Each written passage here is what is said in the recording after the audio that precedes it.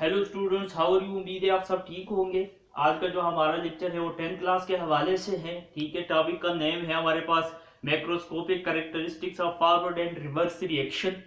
इसको आज हम डिस्कस करेंगे। इससे पहले हमने 4-5 लेक्चर्स अपलोड किए हैं 10th क्लास के हवाले से। किसी ने नहीं देखे तो वो डिस्क्रिप्शन में जाके लिंक को क्लिक करके उसे देख लें। तो आज के जो इस टॉपिक में हम फॉरवर्ड और रिवर्स रिएक्शन के मैक्रोस्कोपिक कैरेक्टरिस्टिक्स पढ़ेंगे। लेकिन मैक्रोस्कोपिक कैरेक्टरिस्टिक्स से पहले हमें ये जानना जरूरी है कि फॉरवर्ड और रिवर्स रिएक्शन होते क्या हैं। ठीक है, याद रहे कि फॉरवर्ड और रिवर्स रिएक्शन सिर्फ रिवर्सिबल रिएक्शन में होंगे, इररिवर्सिबल रिएक्शन में दोनों नहीं होते। ठीक है, तो मैं हम पहले रिवर्सिबल रिएक्शन को देख लेते हैं, थोड़ा सा डिस्कस कर लेते हैं रिवर्स रिएक्शन को। तो इधर मैं लिख लेता हूं reversible reaction. Reversible reaction reversible reaction में हमारे पास फॉरवर्ड और रिवर्स रिएक्शन दोनों होंगे। इररिवर्सिबल रिएक्शन में ये दोनों नहीं होंगे। हम जनरल सा एक एग्जांपल ले लेते हैं।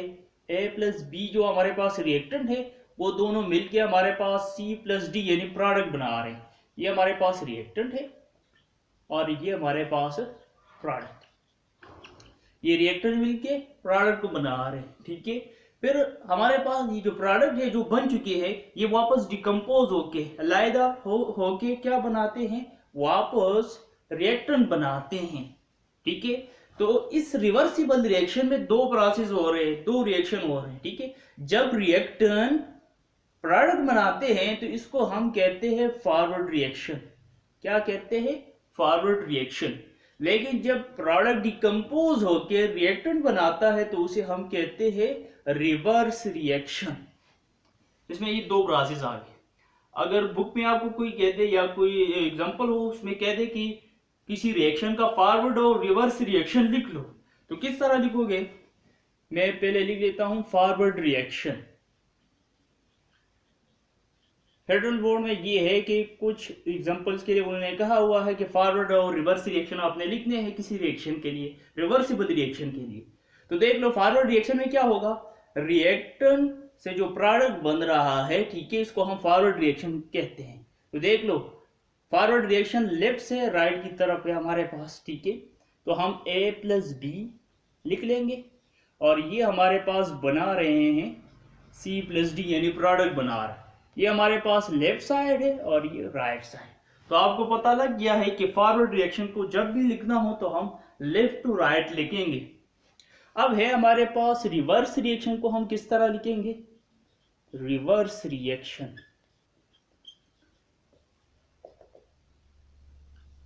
अच्छा, इधर देख लो हमारे पास प्रोडक्ट है और वो क्या बना रहे हैं? रिएक्टेंट, यानी वो राइट से लेफ्ट की तरफ है।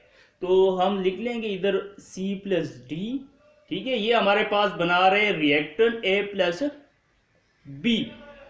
ये हमारे पास राइट साइड हो गया और ये हमारे पास लेफ्ट साइड हो गया है। तो रिवर्स रिएक्शन में हमारे पास राइट यानी जो प्रोडक्ट है वो क्या बनाएगा? रिएक्टेंट को हम राइट से लेफ्ट की तरफ लिखेंगे। ये हमारे पास रिवर्स रिएक्शन का लिखने का स्टाइल है। ठीक है, अब आ जाते हैं डिफिनीशन के ऊपर। फॉरवर्ड रिएक्शन क्या होता है? The creation of product called forward reaction. ऐसा प्रोसेस, ऐसा रिएक्शन जिसमें हमारे पास प्रोडक्ट की क्रिएशन होती है, यानी प्रोडक्ट बनता हो, उसे हम फॉरवर्ड रिएक्शन कहेंगे। इधर देख लो ये फॉरवर्ड रिएक्शन है ना, ये यहां से इस तरफ जा रहे हैं तो इसमें रिएक्टेंट क्या बना रहे हैं? प्रोडक्ट। जहां आपके पास रिएक्टेंट प्रोडक्ट बना रहा हो या ऐसा रिएक्शन जिसमें प्रोडक्ट बन रहा हो उसे हम कहेंगे फॉरवर्ड रिएक्शन। ऐसा रिएक्शन जिसमें प्रोडक्ट बन रहा हो उसे हम फॉरवर्ड रिएक्शन कहेंगे। दूसरा डिफिनेशन है the conversion of reactant into product per unit time. 1 second में रिएक्टेंट जब प्रोडक्ट में कन्वर्ट होता है तो उसे हम कहते हैं फॉरवर्ड रिएक्शन। इधर देख लो ये रिएक्टेंट है वो प्रोडक्ट में कन्वर्ट हो रहा है, कन्वर्जन हो रही है रिएक्टेंट की प्रोडक्ट में, तो कहलाएगा फॉरवर्ड रिएक्शन। दूसरा है the rate of chemical reaction taking place and forward reaction and forward direction. इधर फॉरवर्ड रिएक्शन नहीं आएगा बल्कि क्या आएगा? फॉरवर्ड डायरेक्शन आएगा। ठीक है, तो वो केमिकल रिएक्शन जिसमें जो स्पीड है, रेट है, वो फॉरवर्ड डायरेक्शन की तरफ होती है, उसे हम कहते हैं फॉरवर्ड रिएक्शन। देख लो रिएक्टेंट हमारे पास फॉरवर्ड की तरफ जा रहा है, फॉरवर्ड डायरेक्शन में जा रहा है, तो उसे हम कहेंगे फॉरवर्ड रिएक्शन कहेंगे।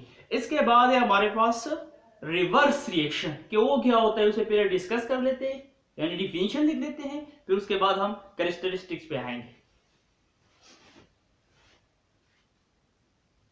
हमारे पास रिवर्स रिएक्शन, ठीक है, इसे डिस्कस कर लेते हैं कि रिवर्स रिएक्शन क्या होता है। The creation of reactant called reverse reaction, ऐसा रिएक्शन जिसमें रिएक्टेंट प्रोड्यूस हो रहा हो, बन रहा हो, ठीक है, तो उसे हम कहेंगे रिवर्स रिएक्शन। देख लो हमारे पास ये रिवर्सिबल रिएक्शन है, इसमें प्रोडक्ट वापस क्या बना रहा है, रिएक्टेंट।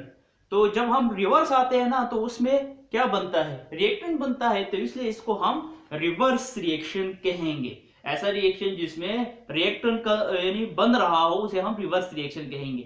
दूसरा डेफिनेशन है conversion of product into reactant per unit time. जब हमारे पास प्रोडक्ट रिएक्टेंट में कन्वर्ट होता हूं पर सेकंड में, यानी 1 सेकंड में, ठीक है, 1 सेकंड में हमारे पास जब प्रोडक्ट रिएक्टेंट में कन्वर्ट होता है, उस रिएक्शन को, उस प्रोसेस को हम रिवर्स रिएक्शन कहेंगे, ठीक है। इधर देख लो हमारे पास इधर प्रोडक्ट किस में कन्वर्ट हो रहा है, रिएक्टेंट में, तो उस रिएक्शन को हम क्या कहेंगे, रिवर्स रिएक्शन कहेंगे। अच्छा, तीसरा डिफिनीशन है the rate of chemical reaction taking place in reverse direction. Chemical reaction में जब रेट यानी स्पीड, ठीक है, वो रिवर्स डायरेक्शन में हो रही हो तो उसे हम कहेंगे रिवर्स रिएक्शन। इधर हमारे पास प्रोडक्ट रिवर्स साइड में इसका जो रेट है, स्पीड है, वो आ रहा है, ठीक है, तो इसलिए इस रिवर्स को यानी रेट, ऐसा रिएक्शन जिसमें रेट रिवर्स की तरफ जा रही हो, ठीक है, रिवर्स डायरेक्शन में जा रही हो, तो उसे हम कहेंगे रिवर्स रिएक्शन। तो ये हमारे पास फॉरवर्ड रिएक्शन था और रिवर्स रिएक्शन था। अब इसके बाद मैक्रोस्कोपिक कैरेक्टरिस्टिक्स हम पढ़ेंगे फॉरवर्ड और रिवर्स रिएक्शन की। Characteristics of forward reaction and reverse reaction. हमारे पास पहले जो कैरेक्टर है फॉरवर्ड का, इसमें रिएक्टेंट मेक प्रोडक्ट, इसमें फॉरवर्ड रिएक्शन में रिएक्टेंट प्रोडक्ट बनाएगा। ये हमारे पास एक रिएक्शन है, ठीक है, इसमें ये रिएक्टेंट है और ये इसमें प्रोडक्ट अगर बना रहा है तो वो कौन होगा, फॉरवर्ड रिएक्शन होगा। रिवर्स रिएक्शन, ऐसा रिएक्शन जिसमें प्रोडक्ट रिएक्टेंट बनाता हो तो उसे हम रिवर्स रिएक्शन कहेंगे। यहां हमारे पास जो प्रोडक्ट है, ठीक है, वो वापस क्या बना रहा है, रिएक्टेंट, तो उसको हम रिवर्स रिएक्शन कहेंगे। दूसरा जो इसका कैरेक्टर है कि always return from left to right, forward reaction को हम लेफ्ट टू राइट लिखेंगे। ये मैंने इस रिएक्शन को उठाया हुआ है, ठीक है, इसमें जो फॉरवर्ड रिएक्शन है ये हमारे पास फॉरवर्ड रिएक्शन है, तो इसको हम लेफ्ट से राइट की तरफ लिखेंगे। ये दूसरा कैरेक्टर हो गया फॉरवर्ड रिएक्शन का। Reverse reaction always return from right to left, reverse reaction को हम राइट से लेफ्ट की तरफ लिखेंगे। तो इसको मैंने उठा लिया है, ठीक है, ये हमारे पास प्रोडक्ट है, ये राइट साइड है और ये हमारे पास बना रहा है लेफ्ट साइड पे रिएक्टेंट, तो इसको हम राइट से लेफ्ट की तरफ लिखेंगे। किस चीज को, रिवर्स रिएक्शन को। अच्छा, कुछ स्टूडेंट्स ये सोचेंगे कि सर हम ये इसको हम इस तरफ से क्यों नहीं लिखते, यानी यहां से हमारे पास राइट और ये लेफ्ट, इस तरह हम क्यों नहीं लिखते हैं। तो हमारे पास ये रूल आ रहा है, कन्वेक्शन रूल, उसको हम रूल कहते हैं, ठीक है, कि हम जब राइट से लेफ्ट इसको लिखते हैं ना तो हमने इस तरफ से इसको शो करना है, ठीक है, उस तरफ से नहीं करना, तो इसको हम कन्वेक्शन रूल, एक रूल बना हुआ है। अच्छा, तीसरा जो इसका हमारे पास कैरेक्टर है, in the beginning the forward reaction rate is high. जब हमारे पास रिएक्शन अभी स्टार्ट होगा, ठीक है, तो जो फॉरवर्ड रिएक्शन है उसका जो रेट है, स्पीड है, वो क्या होगा, हाई होगा। ये बात याद रहनी चाहिए, ठीक है। क्यों हाई होगा, क्योंकि स्टार्ट में हमारे पास जो रिएक्टेंट है ये ठीक है, इधर जो मैं आपको शो कर रहा हूं ये, ठीक है, इसकी जो मिकदार है, कंसंट्रेशन, वो ज्यादा होती है। मिकदार ज्यादा होगा तो इसलिए हमारे पास फॉरवर्ड रिएक्शन इसका ज्यादा, यानी फॉरवर्ड रिएक्शन का जो रेट है, स्पीड है, वो ज्यादा होगा। तीसरा जो इसका कैरेक्टर है रिवर्स रिएक्शन का, in the beginning reverse reaction rate is slow. Start में हमारे पास, अच्छा स्लो आपने नहीं लिखना, इधर आप लिख सकते हो 0, ठीक है। स्टार्ट में हमारे पास जो रिवर्स रिएक्शन है वो 0 होगा, रिवर्स रिएक्शन का जो रेट है, स्पीड, वो जीरो होगा। क्यों जीरो होगा? क्योंकि अभी रिएक्टेंट प्रोडक्ट में कन्वर्ट नहीं हुआ, यानी प्रोडक्ट की मिकदार अभी मौजूद नहीं है, तो वो रिवर्स किस तरह आएगा? ठीक है, इसकी मिकदार जमा होगी तो तब ये रिवर्स आएगा। तो हमारे पास स्टार्ट में अभी रिएक्शन स्टार्ट नहीं हुआ, तो बिगिनिंग में प्रोडक्ट की मिकदार नहीं होती, इसलिए रिवर्स रिएक्शन जीरो होता है। अच्छा, जो फोर्थ नंबर इसका करेक्टर है, with the passage of time rate gradually slow down. जो फॉरवर्ड रिएक्शन का जो स्पीड है, ठीक है, टाइम गुजरने के साथ हमारे पास इसका जो फॉरवर्ड रिएक्शन है, फॉरवर्ड रिएक्शन का जो रेट है वो क्या हो जाता है? स्लो हो जाता है, डिक्रीज करना स्टार्ट कर लेता है। क्यों? क्योंकि जब रिएक्शन स्टार्ट हो जाएगा, कुछ वक्त गुजर जाएगा, जो रिएक्टेंट की जो मिकदार है, ठीक है, वो कम हो जाएगी। जब रिएक्टेंट की मिकदार कम हो गई तो हमारे पास जो फॉरवर्ड रिएक्शन है उसका जो स्पीड है वो स्लो हो जाएगा। ठीक है, फिर इसी तरह हमारे पास जो फोर्थ नंबर इसका पॉइंट है, करेक्टर है रिवर्स रिएक्शन का, with the passage of time rate जो होगा हमारे पास रिवर्स रिएक्शन का ग्रेजुअली इंक्रीज।